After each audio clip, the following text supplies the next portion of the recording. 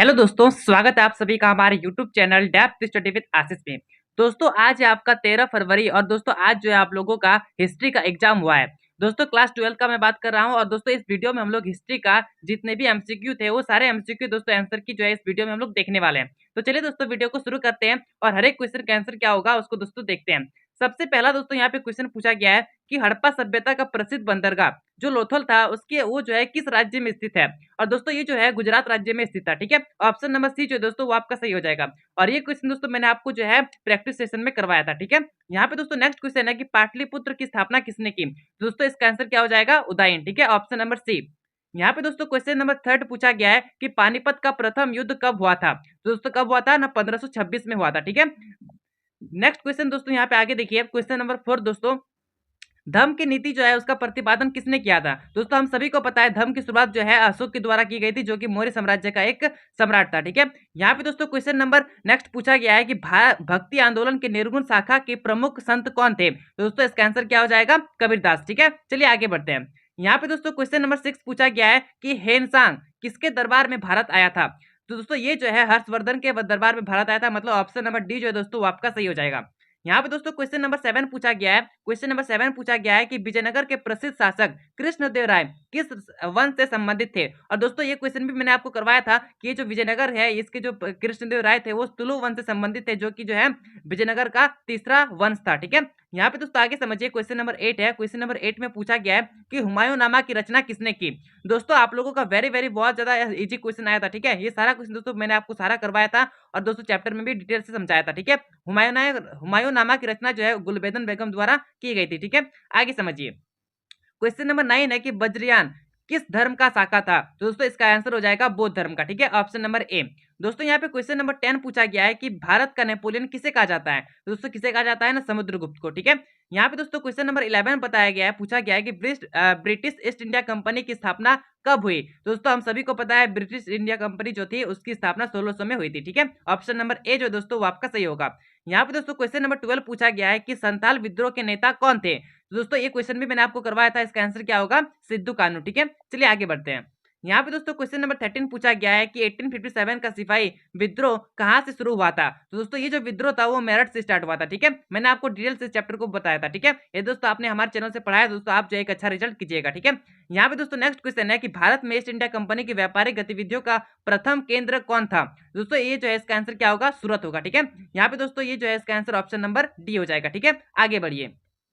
यहाँ पे दोस्तों क्वेश्चन नंबर 15 पूछा गया है कि 1857 के विद्रोह के कारण में से एक चर्बी युक्त कारतूस का प्रयोग किस राइफल में किया जाता था। तो दोस्तों हम सभी को पता है ये जो है एनफील्ड राइफल में किया जाता था। ठीक है, आगे बढ़िए। यहाँ पे दोस्तों क्वेश्चन नंबर 16 पूछा गया है कि रेतवाड़ी व्यवस्था जो है वो किसके द्वारा लागू की गई थी। तो दोस्तों इसका आंसर क्या हो जाएगा, option number C, Thomas Munro द्वारा। ठीक है, चलिए आगे बढ़ते हैं।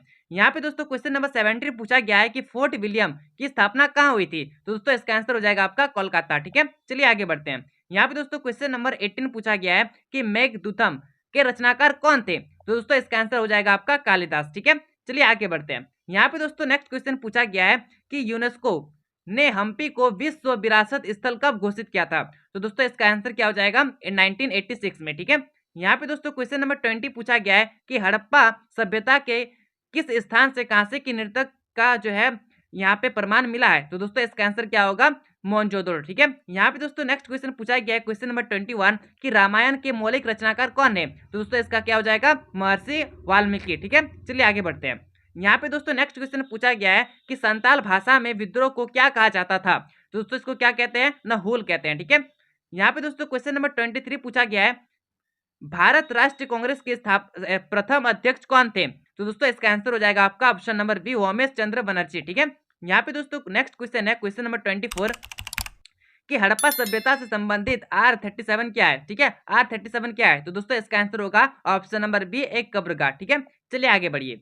यहाँ पे दोस्तों क्वेश्चन नंबर 25 पूछा गया है कि इब्न बतूता कहाँ से भारत आया था। तो दोस्तों इसका आंसर क्या हो जाएगा, मोरक्को। ठीक है, यहाँ पे दोस्तों क्वेश्चन नंबर 26 पूछा गया है कि साबरमती का संत किसे कहा जाता है। तो दोस्तों इसका आंसर हो जाएगा महात्मा गांधी। ठीक है, हम सभी को पता है जो साबरमती जो आश्रम था वहां पे कौन रहते थे ना, महात्मा गांधी रहते थे।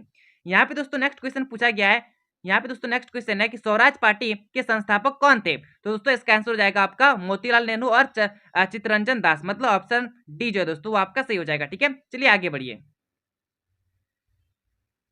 यहाँ पे दोस्तों नेक्स्ट क्वेश्चन पूछा गया है कि भारत में सर्वप्रथम सोने के सिक्के किसने जारी किए? दोस्तों क्वेश्चन यहाँ पे ऑप्शन के अकॉर्डिंग इसका आंसर क्या हो जाएगा? ऑप्शन नंबर सी हो जाएगा दोस्तों, इंडो ग्रीक। ठीक है, चलिए आगे बढ़ते हैं। यहाँ पे दोस्तों क्वेश्चन नंबर 29 पूछा गया है कि गांधी जी का राजनीतिक दर्शन और विचारधारा किस पुस्तक में वर्णित है? तो दोस्तों इसका आंसर हो जाएगा आपका हिंद स्वराज। ठीक है, यहाँ पे दोस्तों गांधी जी का यहाँ पे वर्णन देखने को मिलेगा। ठीक है, चलिए आगे बढ़ते हैं। यहाँ पे दोस्तों अंतिम प्रश्न पूछा गया है कि हड़प्पा सभ्यता का भारत में स्थित सबसे बड़ा स्थल कौन सा है? देखिए दोस्तों यहाँ पे भारत का पूछा गया है। ये हम सभी को पता है जो हड़प्पा सभ्यता है वो 3 देशों में फैला हुआ है। ठीक है, पहला का नाम है भारत, दूसरा का नाम है पाकिस्तान और तीसरा का नाम है अफगानिस्तान। लेकिन दोस्तों यहाँ पे पूछा गया है कि भारत में सबसे बड़ा स्थल कौन सा है? तो दोस्तों इसका आंसर क्या हो जाएगा? राखी गढ़ी। ठीक है, लेकिन दोस्तों सिर्फ इतना पूछता है कि हड़प्पा सभ्यता का सबसे बड़ा स्थल कौन सा है?